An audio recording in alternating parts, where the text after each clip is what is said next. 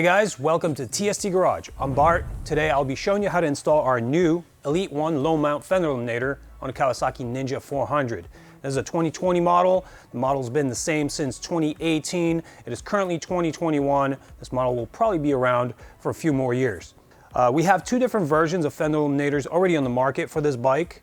Traditionally, most fender eliminators just eliminate the fender and mount your license plate and signaling equipment back here. A lot of you guys out there have been asking for a low mount version that puts the plate on sort of this angle and tucks it up under the tail. So we've heard those questions and then we decided to do something about it, and this is what we came up with. This kit contains 3 sub-assemblies. The first one here is your closeout plate. This will close out the holes left behind by the removal of the fender. Then you have your license plate mount, which is an adjustable mount. It's part of our Elite 1 series. When you construct this together and screw it to the bottom of your tail, it'll give you the ability to fine tune the angle that your plate hangs at. There's not much afforded here as far as adjustability goes, but you will have certainly a few degrees to play with. Then the third part of the kit here is the mounting hardware that mounts this license plate mounting kit to the bottom, while giving it a structural rigidity against the plastic that it mounts to from the top using this adapter plate. These are the screws that enable the assembly of these components through the undertail to these components.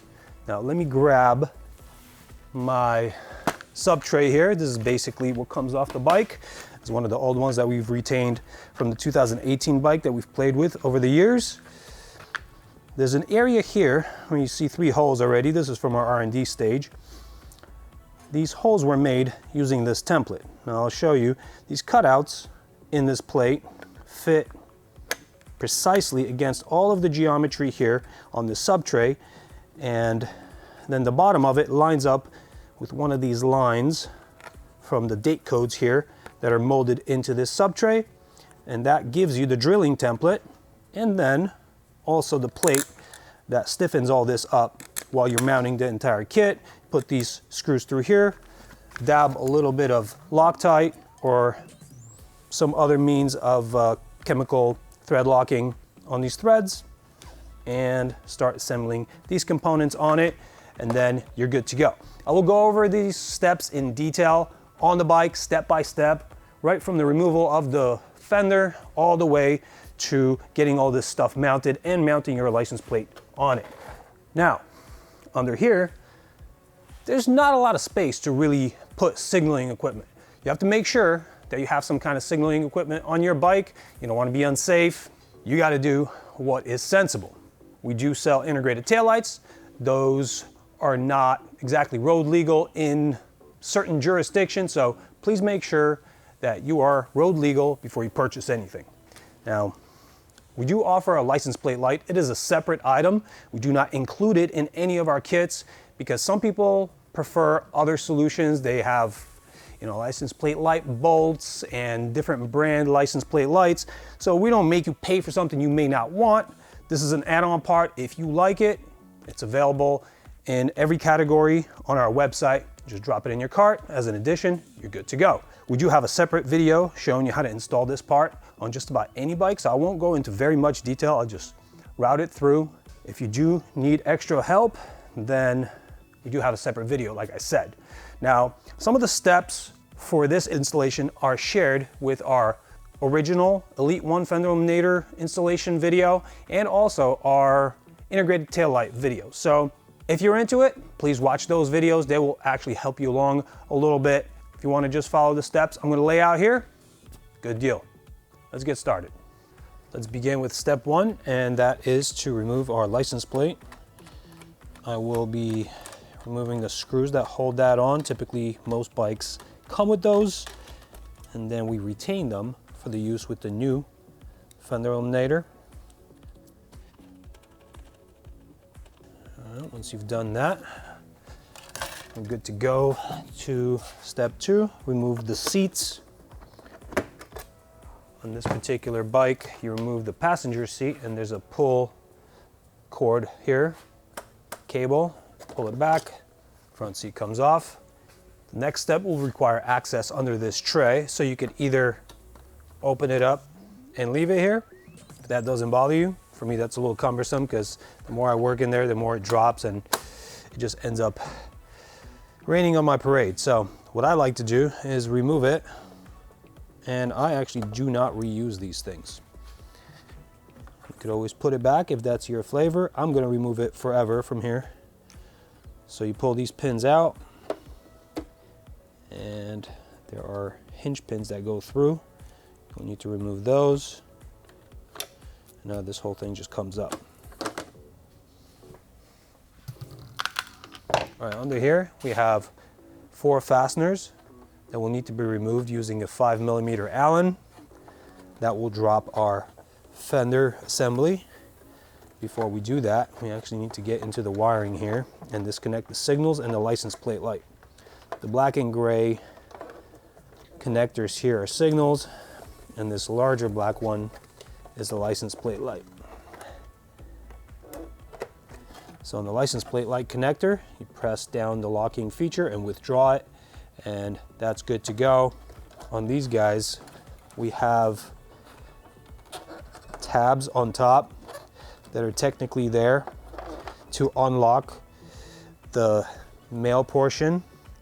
I don't actually like to use those because it's very cumbersome for me to get in there.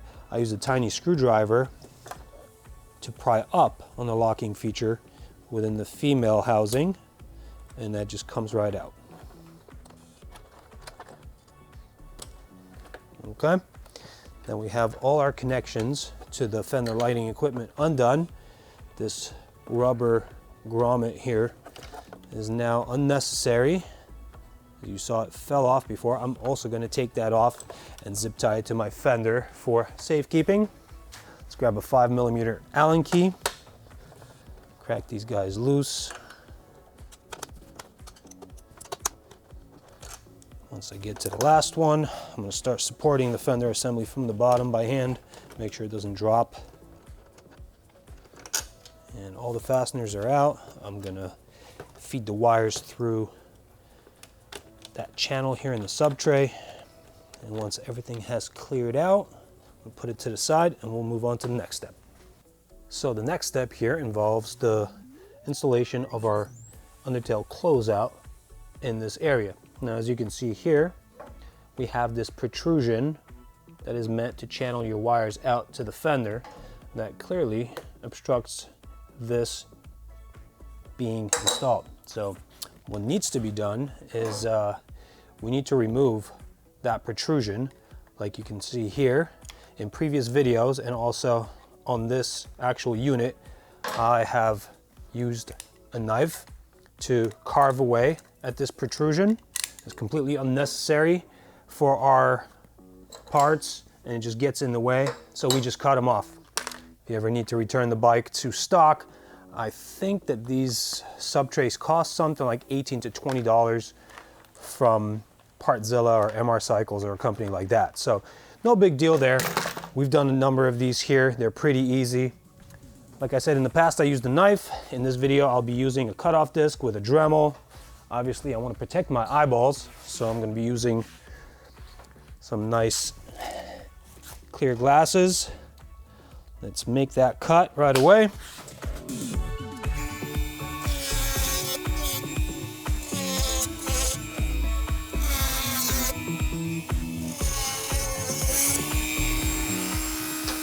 Okay, key ingredient for success in this step is you have to be flush after the cut.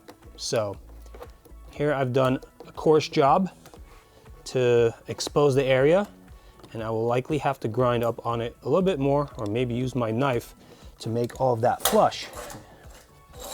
If you still have a protrusion, you'll never get this closeout seated flush. So let's keep going with that.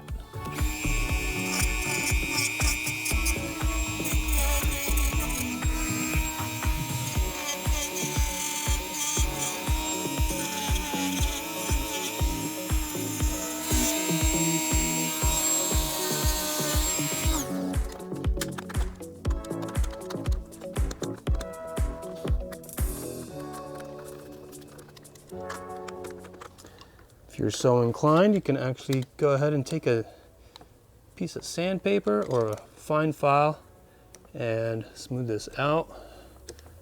Just depends on how involved you want to get in the smoothness of this bottom piece that's going to be hidden.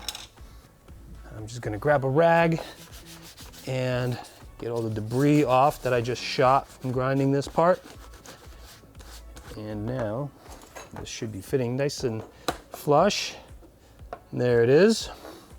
Before we throw this up on there, we'll talk quickly about a couple of different hardware types that are included in this. This hole is meant for passing wires into the sub tray for connection in case you're running your Fender Eliminator here in the back and you're using signals and or license plate light. So we left you this hole. If you are not using it, you blank it out with one of these small countersunk screws and you'll cap that off with this locking nut from the other side. It's only 1 and 1 of these components in this kit. 3mm Allen from the outside, 8mm box or socket on the inside. We just tighten it down and this is good to go. For mounting, we have larger M6 countersunk screws from the bottom, go through, and it gets capped off with a washer and a lock nut from the top side. So let's go ahead and start getting these on. Washer goes first, then the nut, and we just get that thread engaged. We're going to tighten this down after we have all of our hardware in there.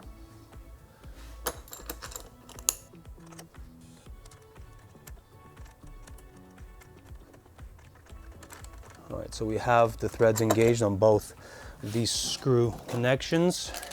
We get a 10mm socket from the inside here, 4mm Allen from the outside, and get these closer to bottom out. Still not completely bottoming it out. What we're gonna do is make sure they're snug enough that the closeout doesn't wobble, and then do a final alignment of the body lines of the sub tray and the closeout, because the whole assembly can still move quite a bit. We've built in some adjustability. And now I'm going to tighten this down from the top. And now the closeout is in place. So we have to make a choice for the next step. The easiest way to access the area in here for drilling the holes and subsequently mounting our license plate setup is to remove all these fairings. That's a little bit cumbersome and requires the removal of the side pieces and a bunch of other things up here just to remove this part. All right, this part comes off after these guys come off. So instead of doing that, what I'm gonna do is illustrate to you guys on the subtray that's off the bike exactly how this adapter plate fits on it, and then show you how I get it in here.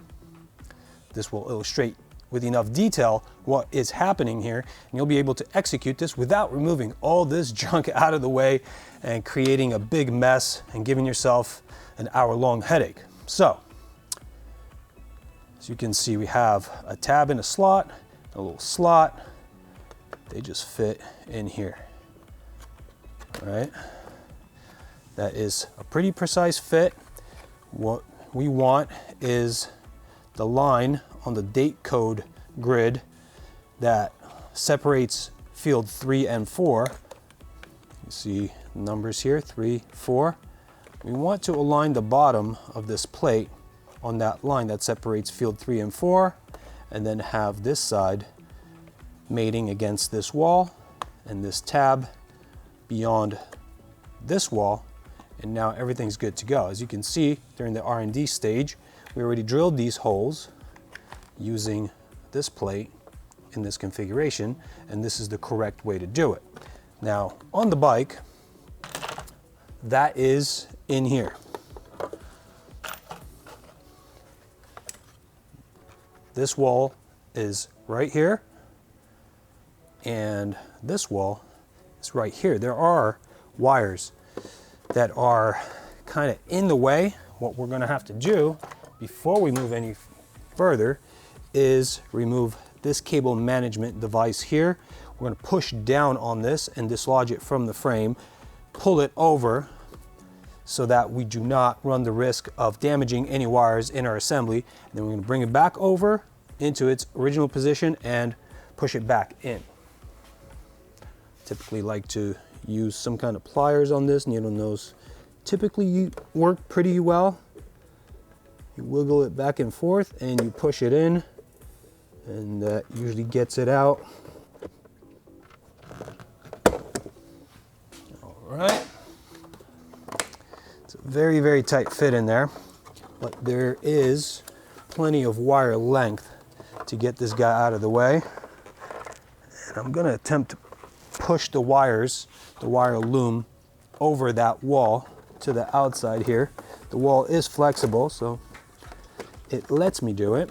And now I have my left on the bike, right from our perspective wall clear, and then also this part of the wall clear, and we can install our bracket in here. So I'm going to make use of this tab and slot device here over this wall and get it on there and let that guide my plate down. And once I get it into position, it doesn't have many places to go. Unfortunately, from this view, we cannot see that line that bisects field 3 and 4. And we just have to trust that the alignment on the walls is right. Now, I like to push this up and back as far as it'll go, and then I can mark my drill center, or I can just go ahead and either punch it and drill it or just straight drill it. I like to do things in as few steps as possible.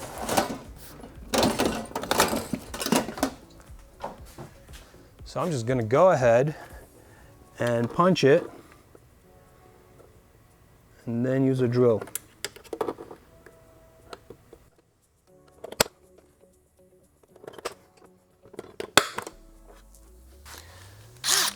So we can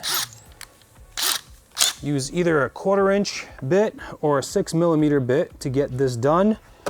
Make sure that as it penetrates, we don't just drop down right on the plastic here. We don't want to do that. We could also step drill it to be a little bit safer, but you know what? I'm just going to attempt to do it all in one shot.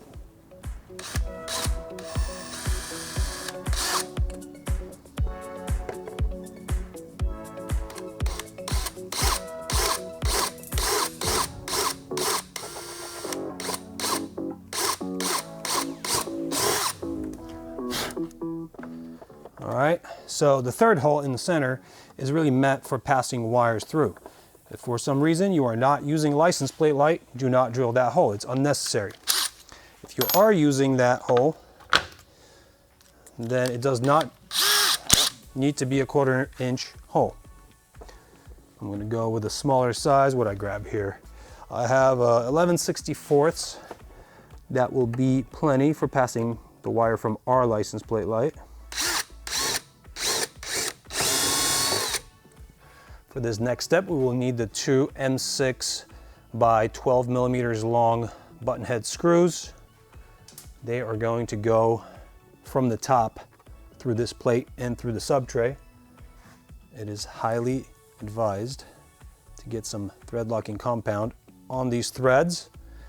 Otherwise, as you ride around with this setup, the vibration from road use may loosen your components and you may lose your plate.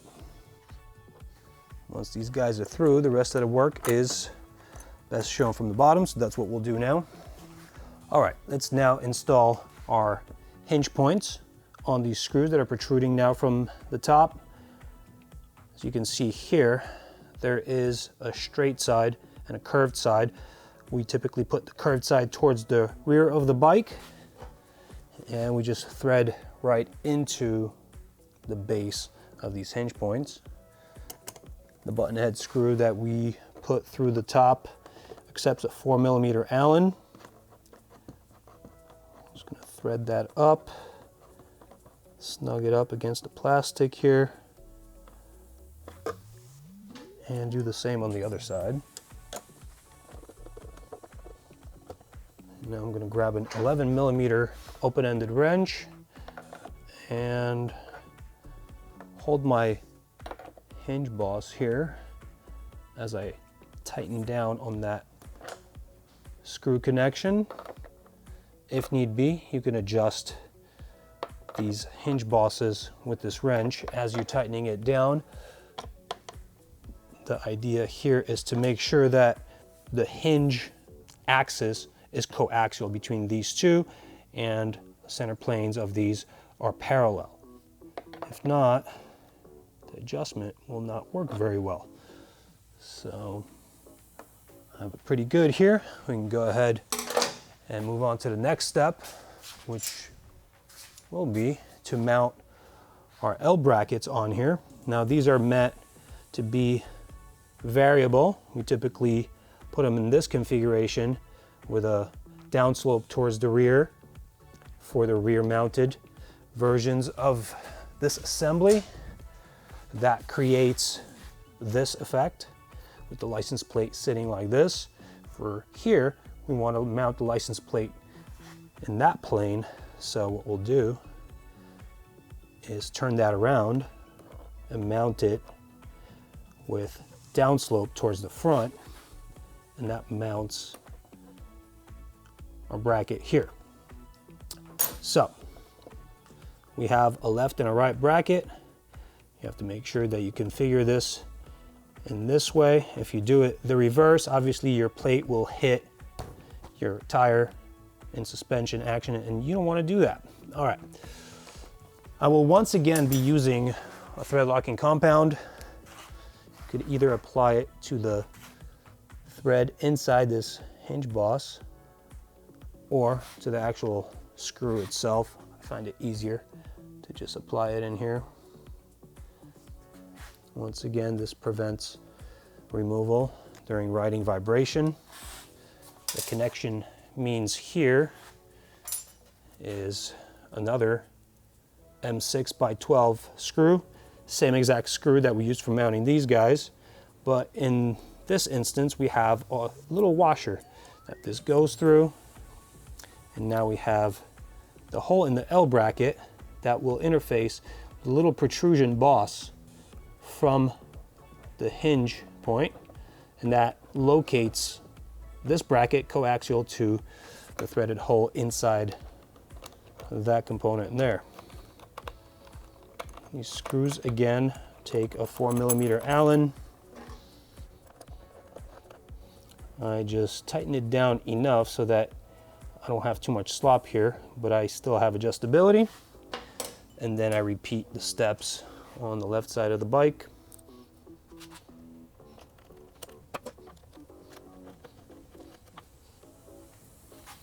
Now it's time to mount our main flat bracket here, and the hardware for that is pretty simple.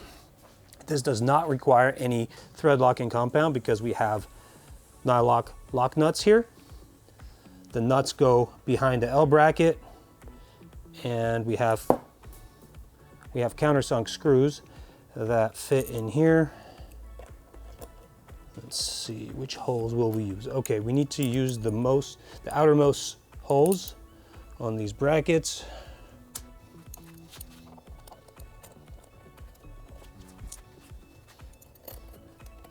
Now this connection requires an 8mm box wrench or open-ended wrench for the nut side and a 3mm Allen for the outside.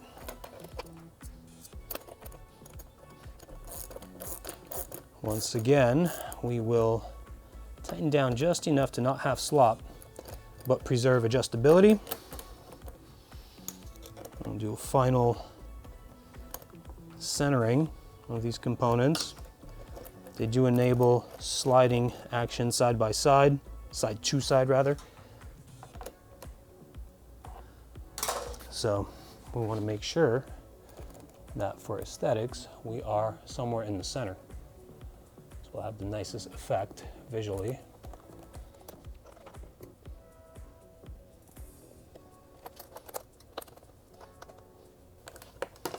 All right, that's pretty good. I'm pretty happy with that. I have this side of my bracket pretty much collinear with this crack. Same here. So now the final adjustment of the angle here should really be with the plate in place. All right, so let's grab our license plate here. I'm reusing the hardware that came on the bike.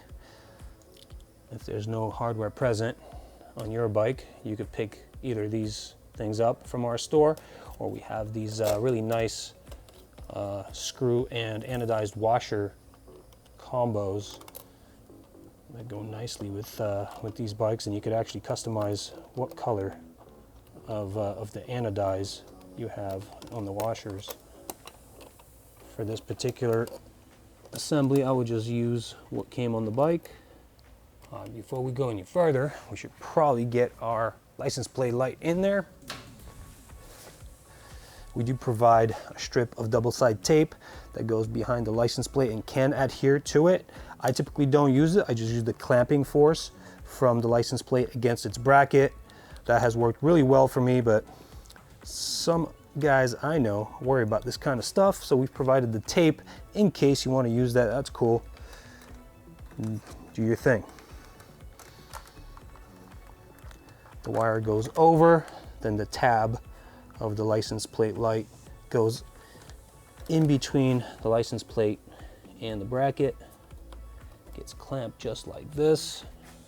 Then we center the license plate on here, turn the connections in, tighten them up, make sure the license plate light is center. Then we can actually, at this point, tighten down those 4mm screws. I'm just gonna leave mine here. This looks like a good angle for me. There will be direct view over the tire. It won't be obstructed. And also, this hugger during suspension action should clear. If not, I'll have to play with this. There's also the option of using these holes for mounting the license plate actually sitting up here. That's also a valid installation, and choice will be up to you. Now, even though I have thread locking compound in there, I want to tighten down on those guys pretty well, because I do not want this hinge to be moving around and allowing the license plate to swing closer to the tire. All right, now with the wire coming through the top, I'm going to route it up towards the rear here. I've prepared my connections to the license plate light connector here. The actual instructions for how to use our little tap connectors can be found in our license plate light video, so I'm not going to go into that in detail. You have an option here to either cut this and take some of these wires out of the cable sheathing and strip them, or you could just bundle this up and use a zip tie or reuse a little twisty tie that is provided in our kit. I'll figure that out a little bit later. For now, I just want to connect it and move on to finish the actual assembly of the kit that we're illustrating here. All right, we are up to the last step here. I'm gonna move this wire loom up over that wall that we got it over before, so that we can get this cable management clip back into this hole from underneath again. Should be fairly straightforward. You just align the hole and get it popped back in there. This is just a little difficult because of the difficult access to this area. All right, I managed to do that. Everything is back to how it was here with the wiring. There we go. Good to go. Everything looks complete. My license plate light works. Good to go. Let's get the seats back on and then we'll be done.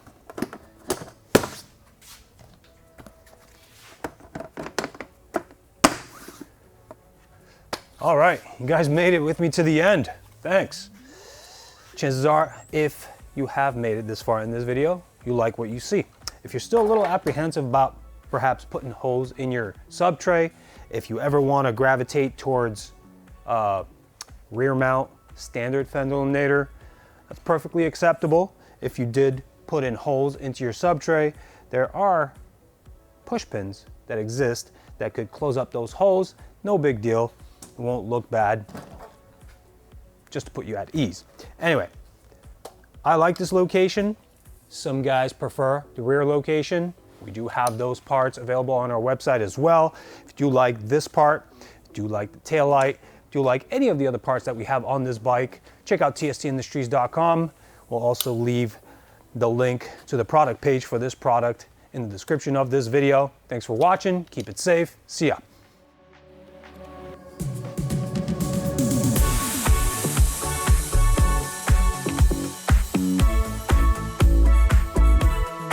Mm-hmm.